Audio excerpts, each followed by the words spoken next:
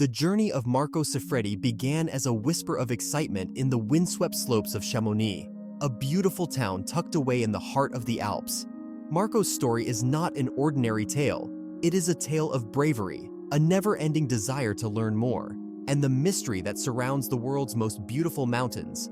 But in the end, the mysterious vanishing of the Everest Snowboard Conqueror, Marco Siffredi, captivated the whole world. Marco didn't just see the mountains as mountains. To him, they were his playground, his canvas, and a task to change what was possible. The world first took notice of Marco. When Marco was just 17 years old, he did something that seemed impossible. He climbed down the north face of the Aiguille du Midi. Once thought to be impossible to climb, the dangerous hills were his playground and his chance to show how brave he could be. This bold move wasn't just a show of athletic skill. It was also a statement of rebellion against the limits that society had put in place. As Marco's trip went up and up, he looked for the world's most dangerous peaks to climb so he could write his name into the history of extreme sports. The north face of the Eiger and the icy edges of Toklaraju were just steps on his brave road. Each climb was a brushstroke on the picture of Marco's unbreakable spirit. Each peak was a story in his never-ending quest to go beyond his own limits. But Everest called out to them more than any other peak. Marco didn't just want to reach the world's highest peak, it was also where he did his most daring piece of art. The dream of snowboarding down the slopes of Everest was more than just a personal victory. It was a test of what people can do. Marco's path to reaching this ultimate goal was filled with hard work, careful planning, and a strong will. In 2001, Marco was the first person to snowboard down Everest. This made him a part of history. Navigating the icy maze of Everest's slopes was more than just a slide. It was a dance with danger, a personal talk between human willpower and the fierceness of nature. Marco's story didn't end on the hills of Everest. He went back in 2002 because he couldn't get enough of adventure. He was determined to tackle the unconquered, which was the descent via the Hornbein Couloir. As Marco Siffredi got ready for his second try to reach his dream of descending Mount Everest via the difficult Hornbein Couloir, a series of fateful events began to happen.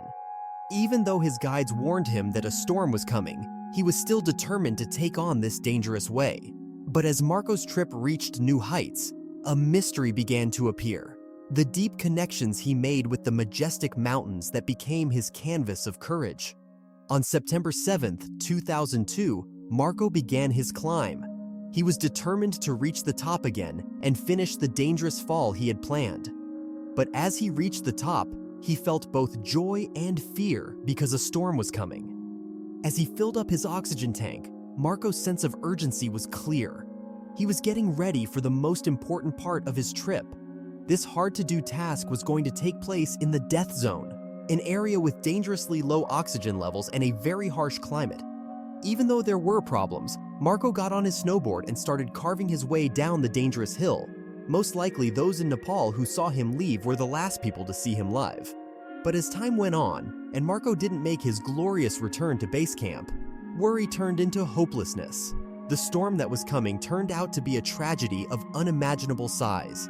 The fearless snowboarder Marco Siffredi, who had overcome difficulties that seemed impossible to overcome, was now missing on the mountain he loved.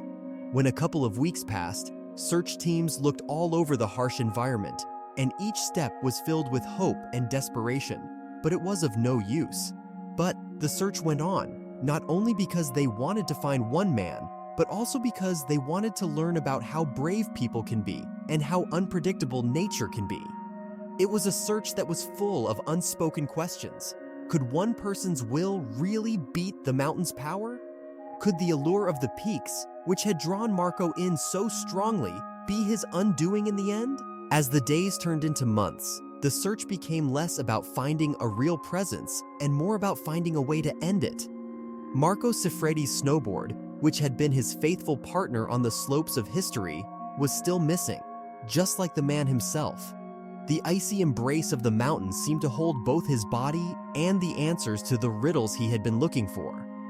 As the seasons went by and the mountain's snowy coat melted away, it seemed to take with it the sounds of Marco's laughter and determination, leaving only a whisper of what once was. From the whispering hills of Chamonix to the towering heights of Everest, Marco's bravery and insatiable curiosity have left their mark on the very heart of adventure. The mystery surrounding his last adventure is a powerful reminder that nature's secrets are often as intriguing as they are hard to find.